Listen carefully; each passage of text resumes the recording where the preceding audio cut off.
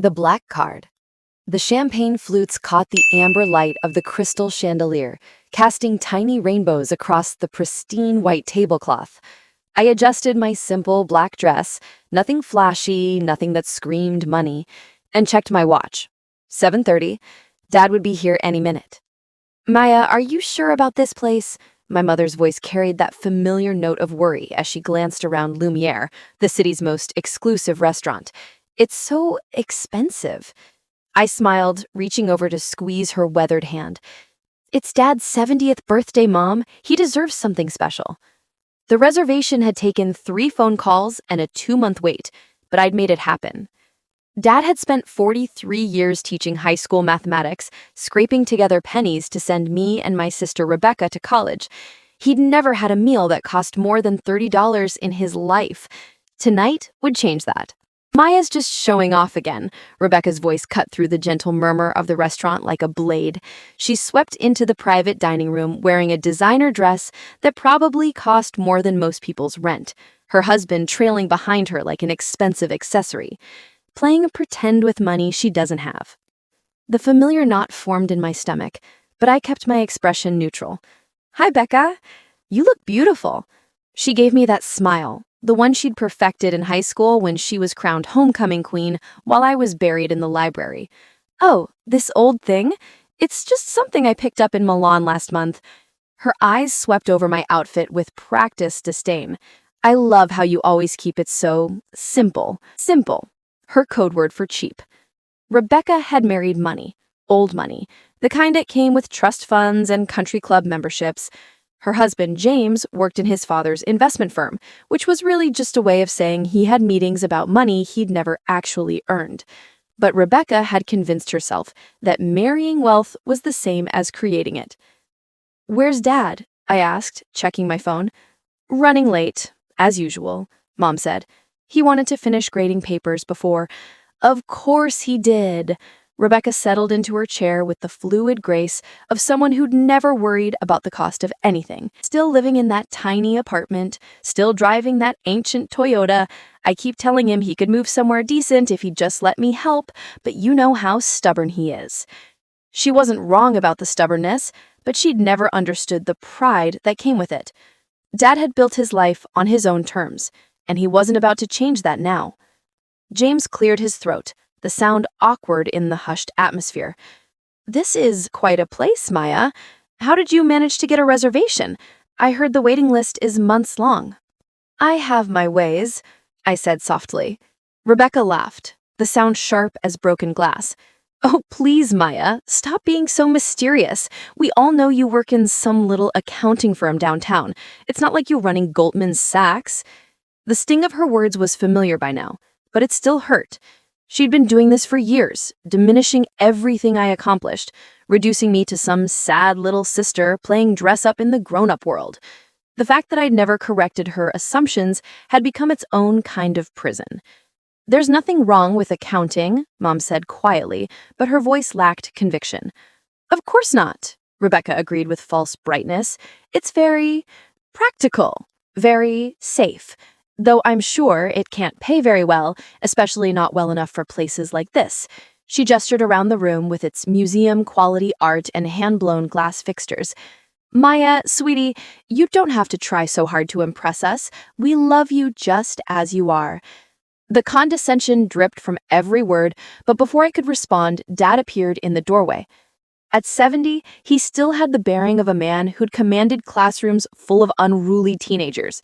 His silver hair was neatly combed, and he wore his best suit, the one he'd bought for my college graduation 15 years ago. His eyes, still shut behind wire-rimmed glasses, widened as he took in the room. "Maya, this is too much?" I asked, suddenly nervous. He crossed the room and pulled me into one of his bear hugs, the kind that still made me feel like his little girl. "It's perfect." For a moment, the knot in my chest loosened. This was why I'd done it. Not to show off, not to prove anything to Rebecca, but to see that look of wonder in my father's eyes. "Dad!" Rebecca stood and air-kissed his cheeks, careful not to muss her makeup. "Happy birthday, Daddy! 70 looks good on you." "Thank you, sweetheart." He hugged her too, because that was Dad, He loved us both equally, despite everything. And James, good to see you. James stood and shook his hand with the firm grip of a man who'd been taught that handshakes mattered. Happy birthday, sir. Quite a venue Maya chose. It certainly is. Dad's eyes swept the room again, lingering on details, the way the light played off the crystal, the soft jazz quartet in the corner, the view of the city's skyline through floor-to-ceiling windows. I feel like royalty. Well, don't get too used to it, Rebecca said with a laugh that didn't quite reach her eyes. Maya's probably maxed out her credit cards for this little performance. The words hit like a slap, but I forced myself to smile. Let's order some drinks. They have an excellent wine list. Oh, I'm sure they do. Rebecca picked up the leather-bound menu, and I watched her eyebrows climb toward her hairline. Goodness, a bottle of Dom Perignon for $800? Maya, you can't seriously be thinking. Actually, I already ordered champagne for the table. I gestured to the server who'd been waiting discreetly by the entrance. The Krug Grand Cuvée. Rebecca's face went white. I knew she was mentally calculating the price, probably somewhere north of $400 a bottle. James coughed uncomfortably. Maya, Mom, are you sure you can? I'm sure, Mom. I reached across and squeezed her hand again. Tonight is about celebrating Dad. Everything else can wait. The champagne arrived with appropriate ceremony, poured into delicate flutes that probably cost more than most people spent on groceries. Dad raised his glass with the reverence of a man who understood that some moments were sacred. To family, he said simply. To family, we echoed. But Rebecca's voice was strained. The dinner conversation flowed around topics both safe and dangerous. Dad told stories about his most memorable students. Mom talked about her garden and the tomatoes that had finally ripened. James discussed golf handicaps and stock options with the enthusiasm of a man who'd never had to worry about either.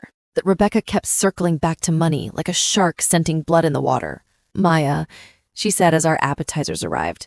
Tiny, architectural constructions that probably took an hour to plate. I was talking to my financial advisor last week, and he mentioned that most people our age should have at least 6 months of expenses saved up. Do you have anything put away?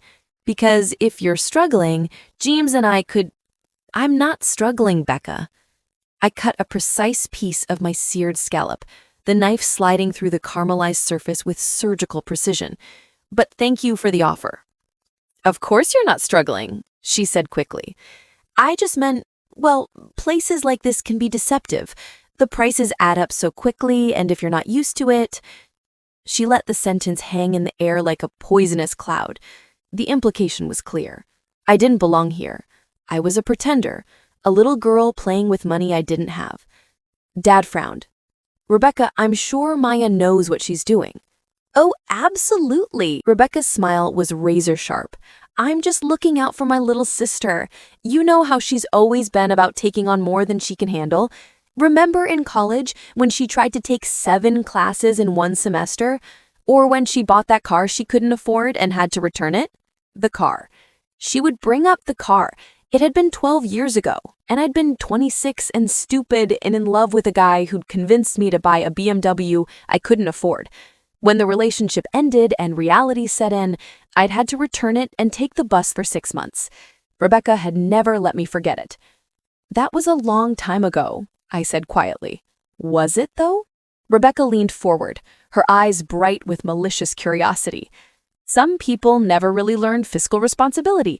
They just keep making the same mistakes over and over, thinking they can fake it until they make it.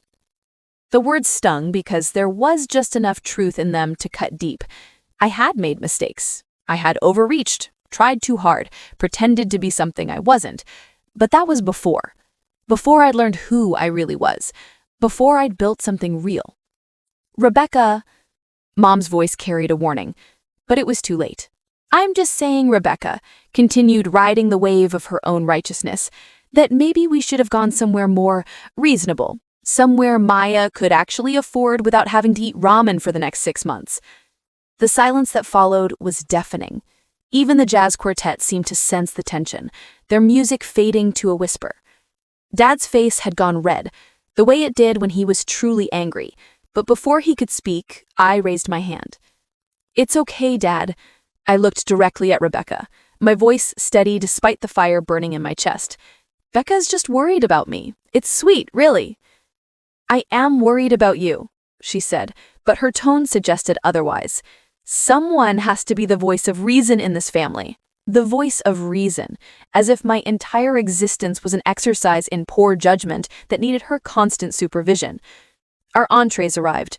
Perfectly prepared duck confit, wagyu beef so tender it fell apart at the touch of a fork, lobster that probably had been swimming that morning. Dad's eyes lit up with each course, the wonder of a man experiencing something entirely new. This was what mattered, this moment of joy on his face. But Rebecca wasn't finished. I have to ask, Maya, she said as she delicately cut her filet mignon, how exactly are you planning to pay for all this? Because I looked up the menu online, and we're probably looking at $1,000 just for the four of us, more with wine. The number hung in the air like an accusation. Mom actually gasped. $1,000? Maya, you can't. Mom, please. I tried to keep my voice calm, but I could feel the walls closing in. Is it, though? Rebecca pressed. Because I did some math, and even if you're making decent money at your little firm, there's no way you can afford this without going into debt. Serious debt. James shifted uncomfortably in his seat, clearly wishing he was anywhere else. Dad had gone very still, his fork suspended halfway to his mouth. Maybe we should go, Mom said quietly. We could have a nice dinner at home, just the family. No. The word came out sharper than I had intended. We're staying. We are going to finish Dad's birthday dinner and we're going to enjoy it. Rebecca's laugh was pure acid. Maya, this is exactly what I'm talking about. You're so concerned with keeping up appearances that you're willing to bankrupt yourself for one meal. It's embarrassing. Embarrassing. The word hit like a physical blow. And suddenly I was 16 again, standing in the high school cafeteria while Rebecca and her friends laughed at my thrift store clothes and homemade lunch. You know what's embarrassing? I said, my voice rising despite my efforts to control it. Having a sister who can't let anyone else have a moment of happiness without turning it into a referendum on their worth. Rebecca's eyes flashed. I'm trying to help you. No, you're not. The words tumbled out, 20 years of swallowed hurt and buried resentment. You're trying to make yourself feel superior by tearing me down. It's what you've always done. That's not. Girls, Dad said sharply, but we were beyond his ability to mediate now. You want to know the truth, Rebecca? I stood up, my chair scraping against the hardwood floor. You want to know how I can afford this place? Maya, Mom pleaded. Please don't. I can afford it because I work 80-hour weeks, because I've spent the last 10 years building something instead of just marrying into it, because I've earned every dollar I've ever spent. Rebecca's face had gone pale, but her voice was still cutting. Working at some little accounting firm doesn't make you... I don't work at an accounting firm, Rebecca. The words came out quiet now, deadly calm. I haven't worked for anyone else in 8 years. The silence stretched between us like a chasm. Rebecca's mouth opened and closed, but no sound came out. I own 3 companies. The accounting firm you love to diminish? I bought it 6 years ago. It's one of the fastest growing financial services firms in the state. But that's not all. I pulled out my phone, my hands surprisingly steady. I also own a real estate development company and a tech startup that was just acquired by Microsoft for $47 million. The color drained completely from Rebecca's face. James actually choked on his wine. That's impossible, Rebecca whispered. Is it? I scrolled through my phone, pulling up bank statements, business documents, anything that would prove what I was saying. I've been trying to tell you for years, but you never wanted to listen. You were so invested in seeing me as your failure of a little sister that you couldn't see who I'd actually become. Mom was staring at me like I'd grown a second head. Maya, is this true? Every word. I looked at each of them in turn. The BMW I couldn't afford 12 years ago? I bought the dealership last year. The jazz quartet had stopped playing entirely now. Other diners were starting to glance in our direction, drawn by the tension radiating from our table. But you never... Rebecca's voice was barely audible. You never said anything. I tried to. Remember when I invited you to my office warming party 3 years ago? You said you were busy getting your nails done. Remember when I asked if you wanted to invest in my tech company? You laughed and said I should stick to what I knew, which, according to you, wasn't much. Each memory was a small knife, precisely placed. Rebecca's carefully constructed world was crumbling, and I could see her scrambling to rebuild it in real time. Why didn't you just tell us? Dad asked softly. I sat back down, suddenly exhausted, because it shouldn't have mattered. Because I wanted you to love me for who I was, not what I had. Because Rebecca made it clear that anything I accomplished would just be another reason for her to find fault. That's not true, Rebecca said, but her voice lacked conviction. Isn't. I pulled up another document on my phone. Last month, you told Mom I was probably struggling because I don't have a husband to help with expenses. 6 months ago, you joked that I was probably living paycheck to paycheck. A year ago, you offered to set me up with James's accountant because you were worried about my financial planning? Each example hit like a hammer blow. Rebecca's face cycled through expressions: shock, denial, embarrassment, and finally something that might have been shame. She started, then stopped. You just what? Wanted to make sure I knew my place? Wanted to make sure I never forgot that you were the successful one, the important one, the one that mattered? Tears were starting to form in Rebecca's eyes, but I couldn't stop now. 20 years of suppressed anger had found its voice.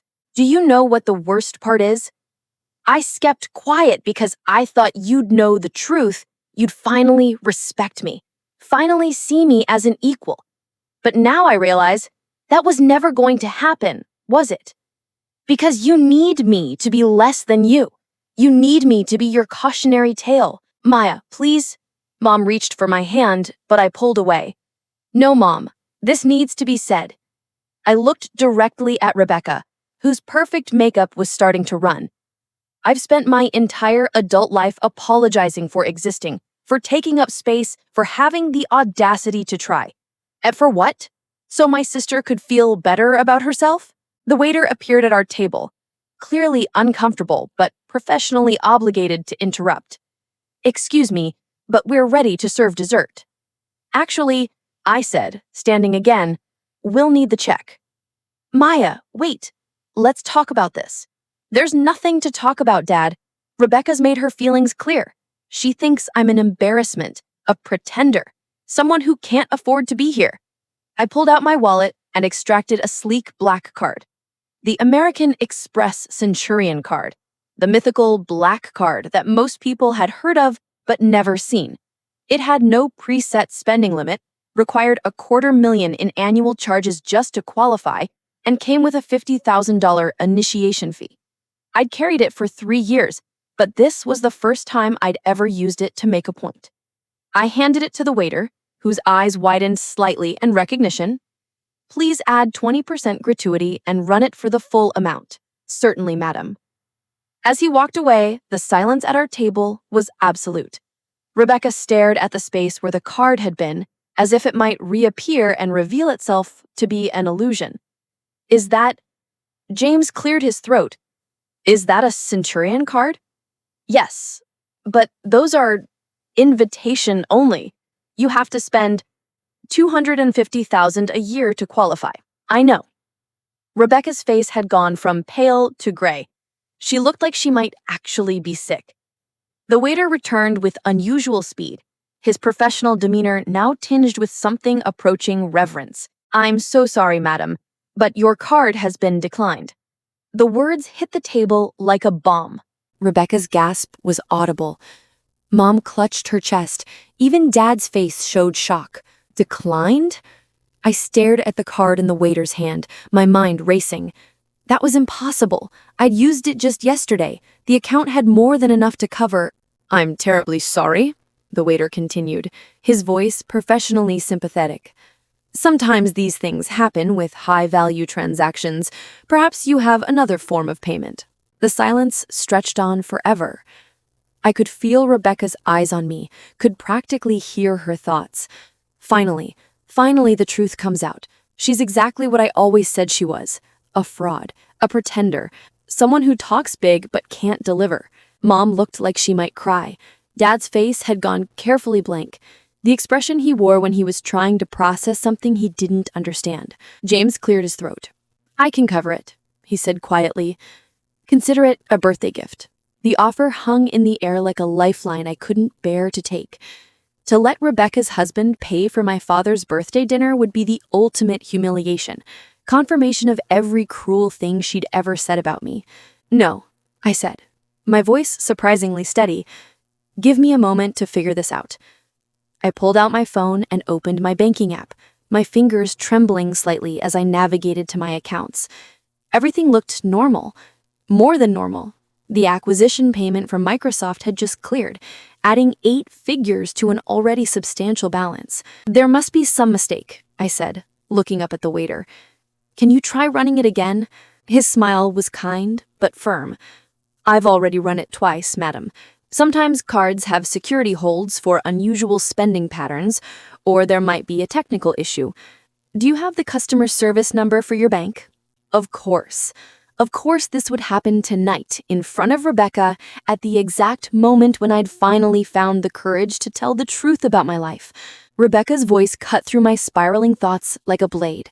"It's okay, Maya. These things happen." Her tone was gentle now, almost pitying, which somehow made it worse. "James really doesn't mind paying. We all know you tried." You tried. As if my entire life was just one long, failed attempt to be something I wasn't. I looked around the table at the faces of my family. Mom's confusion and worry, Dad's quiet disappointment, James' uncomfortable sympathy, and Rebecca's carefully controlled expression of vindication. She was right all along, her face seemed to say. I was exactly who she'd always claimed I was. The walls of the beautiful restaurant suddenly felt like they were closing in. The crystal chandelier seemed too bright, the jazz music too loud, the whole elaborate production of the evening revealed as the desperate charade Rebecca had always claimed it to be. "Excuse me," I said, quietly, pushing back from the table. "I need to make a phone call." I walked toward the restaurant's entrance on unsteady legs, my phone clutched in my hand like a talisman. Behind me, I could hear Rebecca's voice, soft and soothing. "Don't worry, Daddy. We'll take care of everything. Maya's just gotten a little carried away." The lobby was quieter, decorated with more of those museum-quality paintings and fresh orchids that probably cost more than most people's car payments. I found a quiet corner and dialed the customer service number for Amex Centurion Customer Service, my hands shaking as I navigated through the automated system. "Thank you for calling American Express Centurion Customer Service. This is David. How may I assist you today?" "Hi, David. My card was just declined at a restaurant, and I can't figure out why. The account should have more than enough to cover the charge." "I'd be happy to help you with that. Can I have your card number and the last 4 digits of your social security number?" I rattled off the information, grateful for the professional competence in his voice.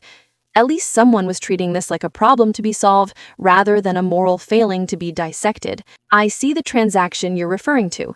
The decline wasn't due to insufficient funds or any problem with your account. It appears there's a merchant-specific block on your card." "A merchant-specific block? What does that mean?" "It means that particular merchant has been flagged in our system. Let me check. Yes, it looks like there's been some kind of dispute or issue with Lumière restaurant specifically. Do you happen to know why that might be?" My mind went blank. A dispute with Lumière? I'd never eaten here before tonight. I'd never even spoken to anyone here except to make the reservation. "I'm not sure," I said slowly. "What kind of dispute?" "I can see that it was flagged by our merchant services department, but I don't have the specific details. You'd need to speak with them directly. However, I can tell you that this type of block is usually related to billing disputes or contractual issues." Billing disputes. Contractual issues. The phrases meant nothing to me, but they sent a chill down my spine anyway. "Can you remove the block?" I asked. I'm afraid I don't have the authority to do that. You'd need to speak with merchant services, and they're only available during business hours. Is there anything else I can help you with tonight? I thanked him and hung up, my mind reeling. A merchant-specific block? On a restaurant I'd never been to before tonight? It didn't make any sense, unless... The thought hit me like lightning, so sudden and shocking that I actually gasped out loud. I'd pulled up my email and began scrolling frantically through months of messages, looking for something I'd forgotten, something I'd pushed to the back of my mind because it seemed too impossible to be real. There it was, buried in a folder I rarely checked. An email from 3 months ago with the subject line, Lumière Restaurant, Final Settlement Offer. My hands were shaking as I opened it, scanning through dense legal language and financial terms that I'd barely glanced at when it first arrived. Something about a contract dispute, a breach of agreement, significant monetary damages. And then I saw it. The number that made my knees go weak. $547,000. Lumière Restaurant owed me $500,000. It came flooding back now, the investment I'd made 2 years ago, the partnership agreement I'd signed, the promises that had been made, and then broken.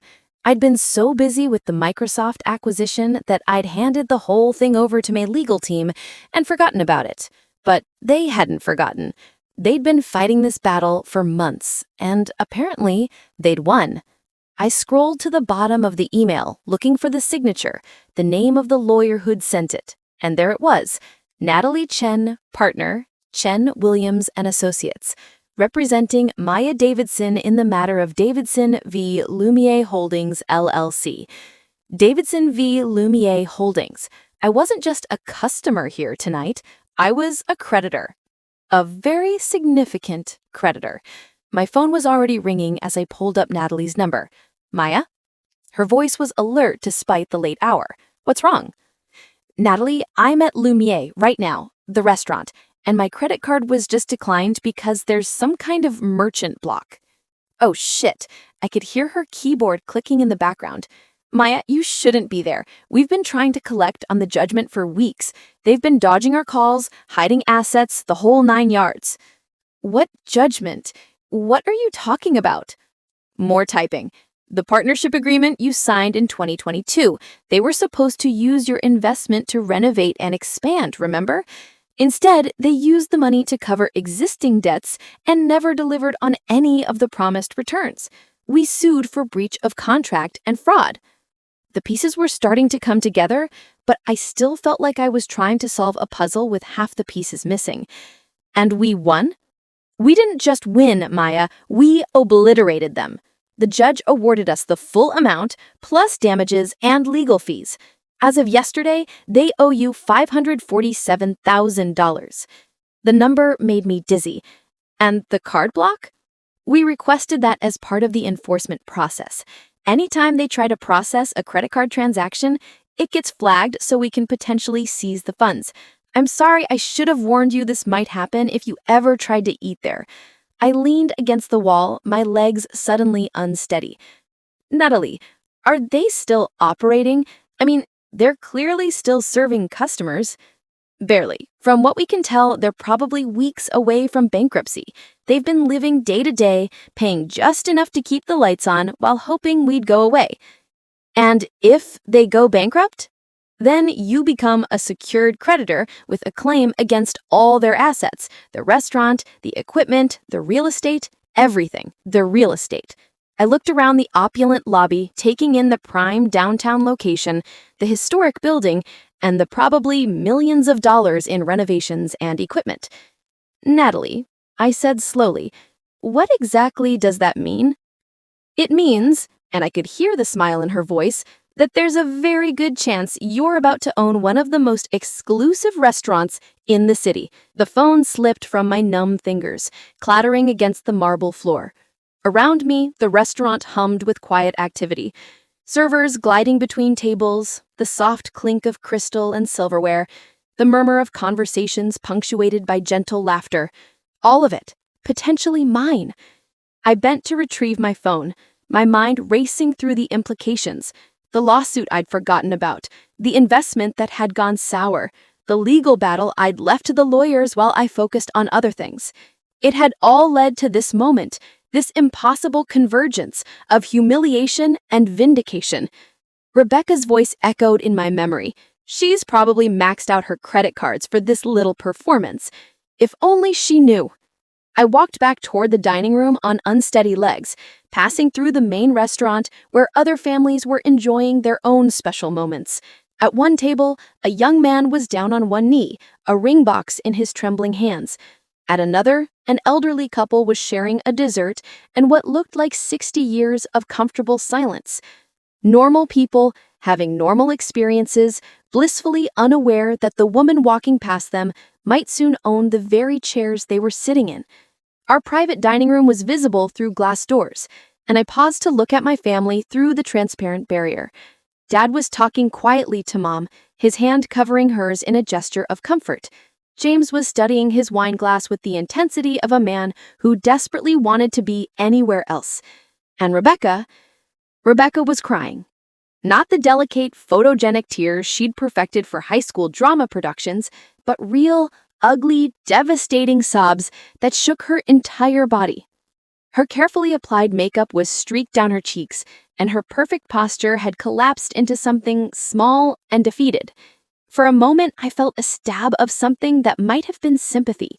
This was my sister, the woman who'd braided my hair when I was little and taught me how to put on mascara for my first date. Before the competition and jealousy and years of accumulated resentment, we'd been friends.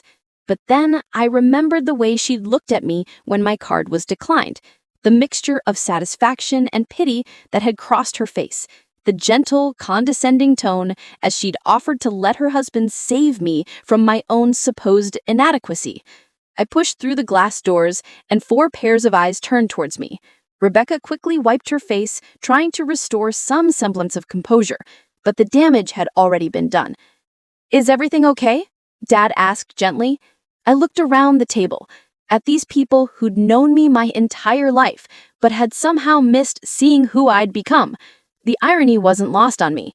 I'd spent years trying to prove myself to them, and now, in the space of a single evening, everything had changed. "Actually," I said, settling back into my chair with a calmness I didn't entirely feel, "everything is more than okay." Rebecca's eyes were red-rimmed and cautious. Did you sort out the card problem?" I smiled, and for the first time all evening, it felt completely genuine. "You could say that. It turns out there wasn't a problem with my account at all." "Then why was it declined?" James asked. "Because," I said, savoring the moment like a fine wine, "this restaurant owes me money." The silence that followed was different from all the others that had punctuated the evening. This wasn't the charged quiet of an argument brewing or the awkward pause of a social misstep. This was the profound stillness of a world shifting on its axis. "What do you mean?" Mom asked, finally. I mean that 2 years ago, I invested in this place as a silent partner. They were supposed to use the money for renovations and expansion, but instead they used it to cover debts and never delivered on their promises. So I sued them. I pulled out my phone and found the email from Natalie, scanning through it again to make sure I had the details right. As of yesterday, they owe me $547,000 in damages and legal fees. And since they can't pay, I'll probably end up owning the restaurant. The words hung in the air like something from a dream. Even saying them out loud, I could barely believe they were true. Rebecca's mouth opened and closed several times before any sound came out. You own this place?" "Not yet," I said carefully, "but probably soon." Dad leaned back in his chair, his expression cycling through confusion, amazement, and something that might have been pride. "Maya, why didn't you tell us about any of this?" "Because I didn't want to make a big deal out of it, and honestly, I kind of forgot about the lawsuit. I've been so focused on the Microsoft acquisition that I left it to the lawyers." "The Microsoft acquisition?" "The tech startup I mentioned earlier. They bought us for $47 million 3 months ago." Each revelation was another brick in the wall I was building between my old life and my new one. I could see Rebecca struggling to process it all, to reconcile the sister she thought she knew with the woman sitting across from her. "So, when you said you could afford this place?" James started. "I meant it." I looked around the room, seeing it with new eyes. All of it. The wine, the food, the private dining room. Hell, I might even be able to afford to redecorate. A laugh bubbled up from somewhere deep in my chest. Part hysteria, part pure joy. The absurdity of it all was overwhelming. 3 hours ago, I'd been worried about Rebecca's reaction to the bill. Now I was potentially going to own the building. "Maya." Rebecca's voice was small, almost childlike. "I'm so sorry." The apology caught me off guard. I'd been prepared for denial, for excuses, for her to find some way to diminish even this. But genuine remorse? That was something I hadn't expected. "I've been terrible to you," she continued, tears starting again. "For years, I was jealous and petty, and I said horrible things, and I don't know how to take any of it back." "Becca? No, let me finish." She wiped her eyes with a cloth napkin, leaving dark streaks of mascara on the pristine white linen. "I was so threatened by you. Even when we were kids, you were always smarter, more driven, more everything. And I couldn't handle it." This was dangerous territory. Part of me wanted to accept her apology, to let the years of hurt dissolve in the face of her obvious pain, but another part, the part that had learned to protect itself through years of casual cruelty, wasn't ready to forgive quite so easily. "You were threatened by me?" I asked quietly. "The girl who wore thrift store clothes and got teased for bringing homemade lunches? The one you called scholarship girl in front of your friends?" Rebecca flinched as if I'd slapped her. "I was 16 and stupid and insecure. And you were 25 when you told everyone at Mom's birthday party that I was still trying to find myself while you were planning your wedding. You were 30 when you introduced me to your book club as your little sister who works with numbers. You were 34 last Christmas when you asked Mom if she was worried about me ending up alone." Each memory was a small blade, carefully sharpened by years of careful storage. Rebecca's face grew paler with each one. "I remember all of it, Becca. Every dismissive comment, every backhanded compliment, every time you made me feel like I was taking up too much space in a room you belonged in." "Maya, please. Do you know what the worst part was? It wasn't that you didn't believe in me. It was that you didn't want to. You needed me to be less than you were. You needed me to fail so that your own life made sense." The silence stretched between us like a chasm. Dad was staring at his hands, Mom was crying quietly, and James looked like he wanted to disappear into his chair. "You're right," she whispered finally.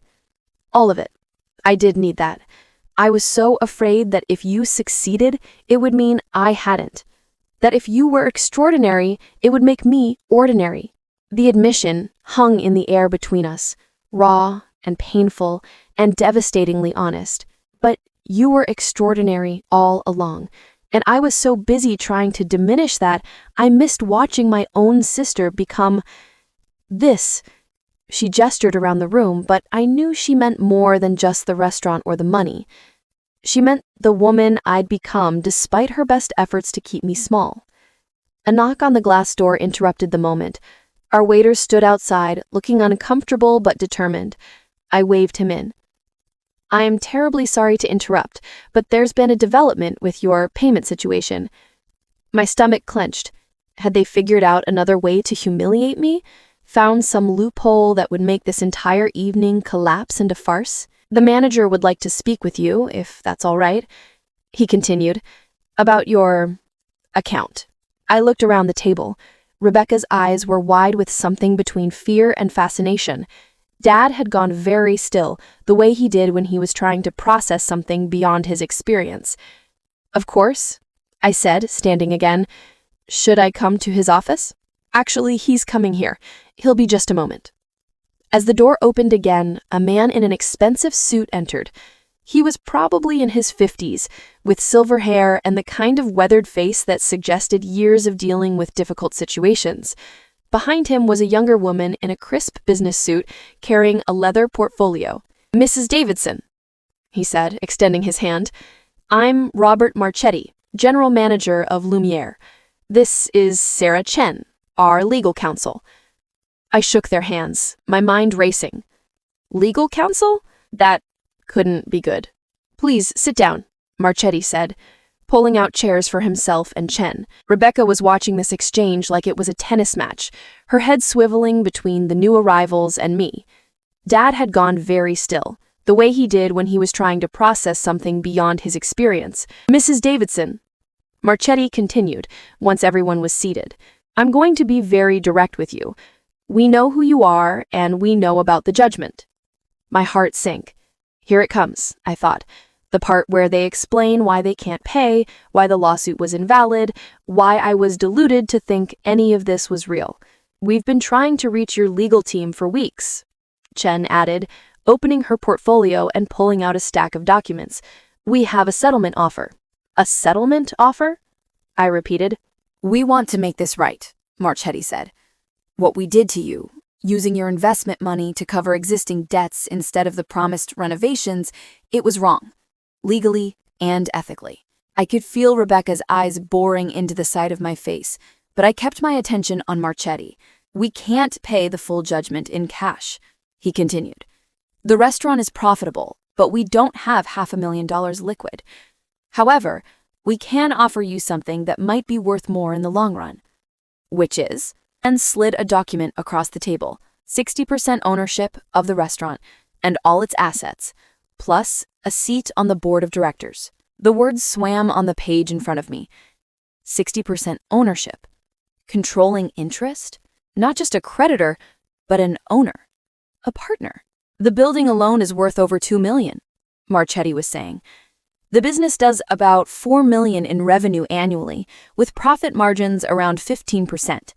Your 60% stake would be worth considerably more than the judgment amount," Chen finished. I stared at the document, trying to process what I was reading.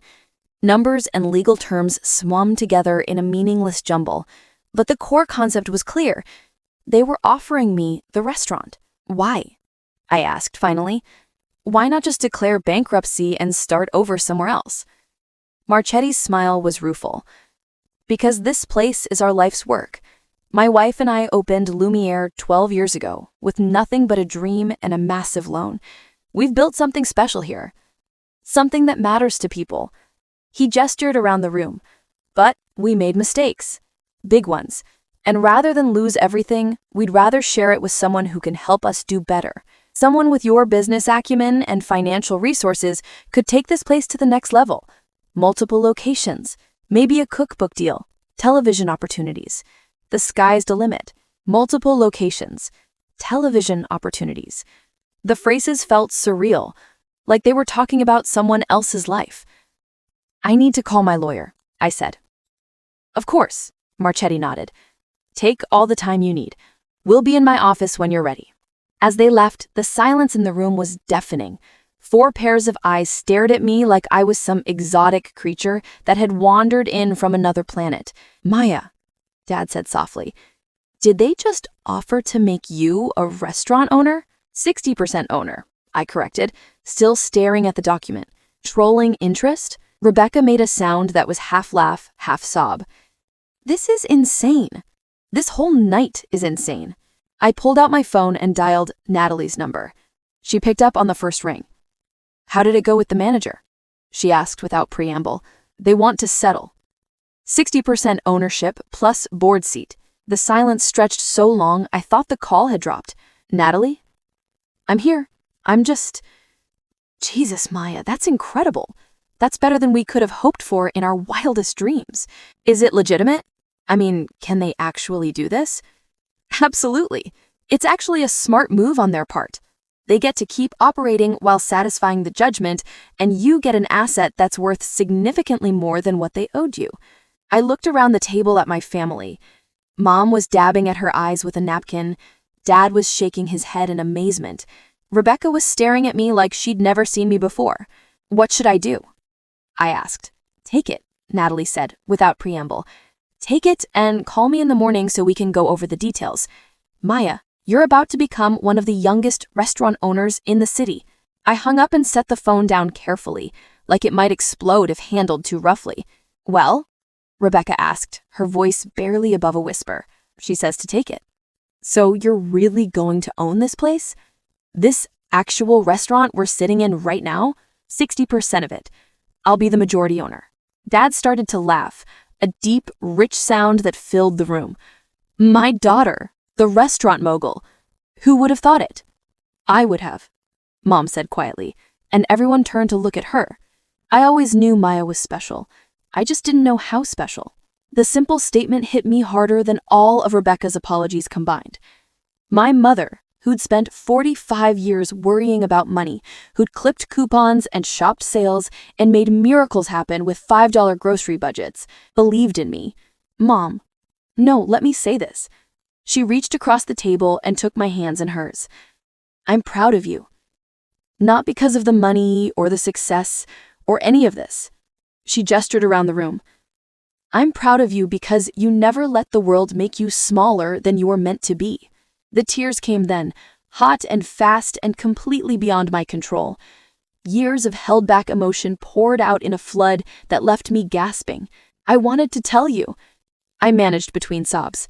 "I wanted to share all of it with you, but I was so afraid you wouldn't believe me, that you'd think I was making it up or showing off, or—" "We would have believed you," Dad said firmly.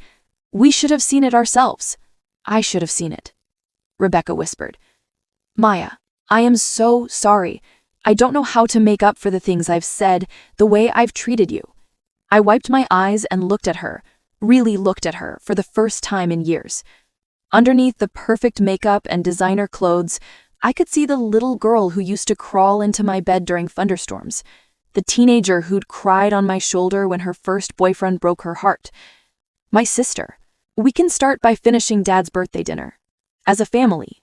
Rebecca nodded, tears streaming down her face. "I'd like that." I stood up and walked to the glass door, looking out into the main dining room.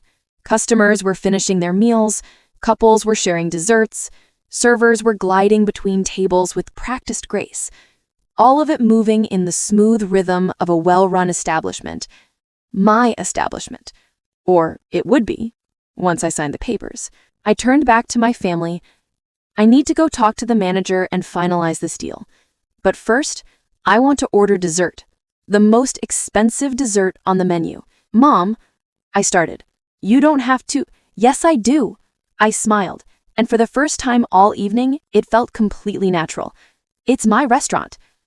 The word sent a thrill through me that had nothing to do with money or vindication or proving Rebecca wrong. This was about something bigger, about the recognition that I had built something real, something valuable, something that mattered. I walked back to the table and picked up the dessert menu, scanning through options that would have seemed impossibly extravagant just hours before. "The chocolate souffle looks good, and the creme brulee. Actually, let's get one of everything." "One of everything?" James repeated. "Why not? We're celebrating." I looked around the table at these people who'd known me longest and understood me least, and felt something shift in my chest. We're celebrating Dad's birthday, and my new business venture, and— I paused, looking directly at Rebecca. "And the fact that we're still family, despite everything." Rebecca's smile was watery but genuine. "Despite everything." The waitress appeared as if summoned by telepathy. "Are we ready for dessert?" "We are," I said confidently. "We'd like one of each dessert on the menu and a bottle of your best champagne." "Excellent choice, madam. And regarding the payment, put it on the house account," I said, savoring the words. "I'm the new owner." His eyes widened, but his professional training kicked in immediately. "Of course, Miss Davidson. Congratulations." As he left to place our order, I pulled out the settlement documents and spread them across the table. The legal language was dense and complicated, but the core terms were clear. 60% ownership, board seat, immediate operational authority. "This is really happening," I said, more to myself than to anyone else. It really is, Dad agreed, and I couldn't be prouder. The champagne arrived first, Dom Perignon, the good stuff, followed by a parade of desserts that transformed our table into something from a fairy tale. Chocolate soufflé with vanilla bean ice cream, creme brulee with crystallized ginger, tiramisu dusted with cocoa powder, fresh berries with champagne sabayon. We ate in comfortable silence, the weight of the evening's revelations settling around us like a warm blanket. The anger and hurt were still there. Years of accumulated damage couldn't be erased in a single night. But underneath it, something new was growing. Hope, maybe. Or just the recognition that we were all more complicated than we'd allowed ourselves to believe. Maya, Rebecca said as she scraped the last bit of chocolate from her dessert plate, "Can I ask you something?" "Of course. What are you going to do with the restaurant? I mean, this is incredible, but you already have 3 companies. How do you manage all of it?" It was a fair question, and one I'd been asking myself since Marchetti made his offer. The smart business move would probably be to flip it, take the ownership stake and sell it to someone with restaurant experience. But something about that felt wrong. I think, I said slowly, "I'm going to learn the restaurant business." "You're gonna run it yourself?" James asked, clearly incredulous. "Why not?" "I've built companies from the ground up before. How different can it be?" "Very different," Dad said with a chuckle. "But if anyone can figure it out, it's you." The vote of confidence meant more than he could have known. For so many years, I'd been fighting for recognition, for respect, for the simple acknowledgement that I was capable of extraordinary things. And now, in the space of one evening, everything had changed. My phone buzzed with a text from Natalie. "Just reviewed the settlement docs. This is an amazing deal. Are you ready to become a restaurateur?" I looked around the table at my family, at the remnants of our feast, at the beautiful room that was about to become mine. 3 hours ago, I'd been terrified that I couldn't afford to pay for dinner. Now, I was about to own the place. "Yes," I typed back.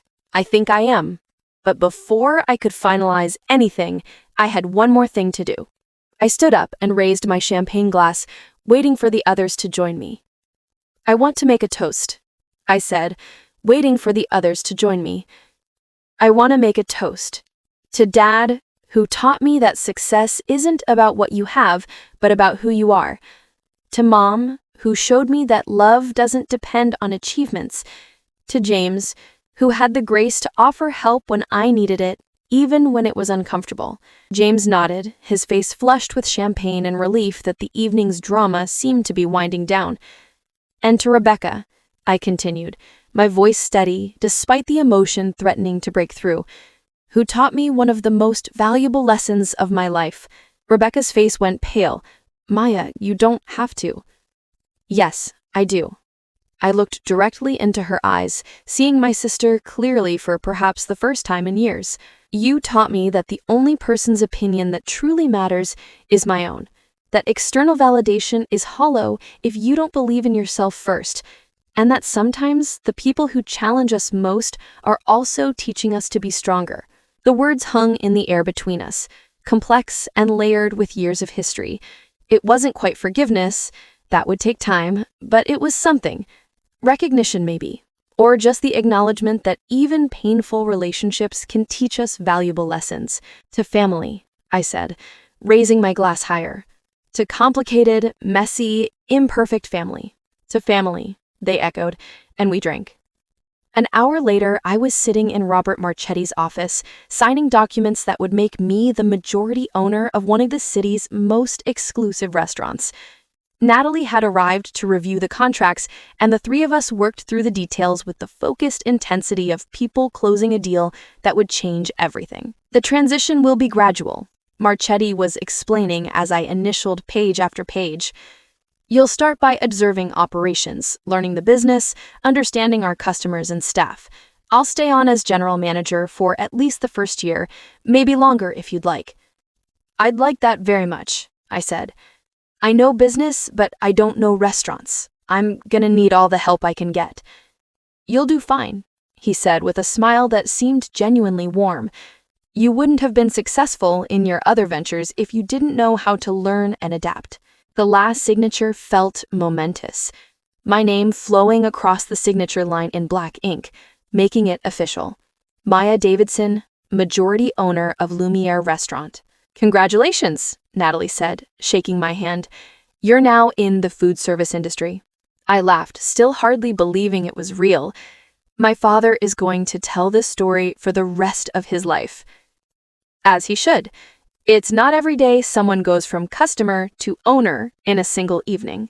We walked back to the private dining room together where my family was waiting with barely contained excitement. Dad stood up as soon as he saw me, the question written clearly on his face. It's done, I said simply. I own a restaurant. The celebration that followed was subdued but joyful. Hugs and congratulations, and plans for future dinners where I wouldn't have to worry about declined credit cards.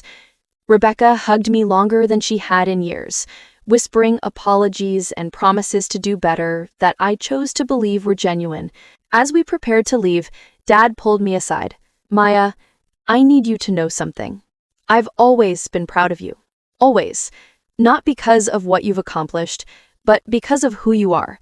You're kind and generous and determined, and those qualities matter more than any amount of money. I know, Dad. That's why I wanted to do this for you. Not to show off, just to give you something special. You gave me something much more valuable than an expensive dinner. You gave me the chance to see my daughter for who she really is. Outside the restaurant, we stood in a loose circle on the sidewalk, the autumn air crisp against our faces. The city hummed around us with its usual energy, but something had shifted in our small corner of the world. This was the strangest birthday dinner in history, Dad said with a chuckle. But probably not the worst, I asked. Hopefully, not even close, he assured me. Though I think next year we might go somewhere less eventful. Next year, I said, looking up at the elegant facade of my new restaurant, dinner's on the house. Rebecca laughed, a real laugh, not the sharp-edged sound she had perfected over the years. I still can't believe this is real. Neither can I admitted, but I'm excited to figure it out. As we said our goodbyes and went our separate ways, I found myself walking slowly, reluctant to end this strange and wonderful evening. I pulled out my phone and scrolled through my contacts, stopping at a name I hadn't called in months. Sarah? It's Maya. I know it's late, but I have the most incredible story to tell you.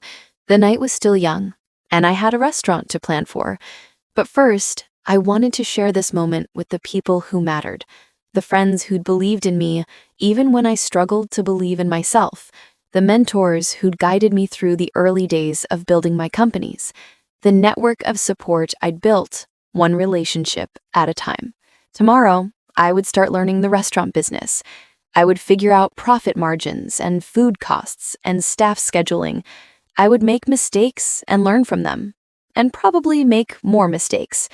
But tonight, I was simply Maya Davidson, a woman who'd started the evening worried about paying for dinner and ended it owning the restaurant. It was the kind of story that sounded too crazy to be true, except that it was true. Every impossible word of it. I looked back at Lumière one more time, at the warm light spilling from its windows onto the sidewalk, at the elegant script of its sign. My sign, now. The girl who'd been mocked for her fake wealth had just acquired something real and substantial and entirely her own. It wasn't about revenge or vindication or proving Rebecca wrong, though those elements were certainly present. It was about something deeper, the recognition that quiet confidence, persistent work, and the courage to keep building even when others don't believe in you can lead to moments of triumph so complete they feel almost fictional. I pulled out my keys and walked toward my car, my mind already racing with possibilities, menu changes, perhaps, staff training programs, maybe even that cookbook deal Marchetti had mentioned. The future stretched out before me like an unwritten story, full of potential and possibility, and the kind of challenges I'd learned to embrace, rather than fear. Behind me, the restaurant hummed with its quiet energy, serving the last customers of the evening, unaware that everything had just changed. Tomorrow, when I walked through those doors, I wouldn't be a guest anymore. I would be home,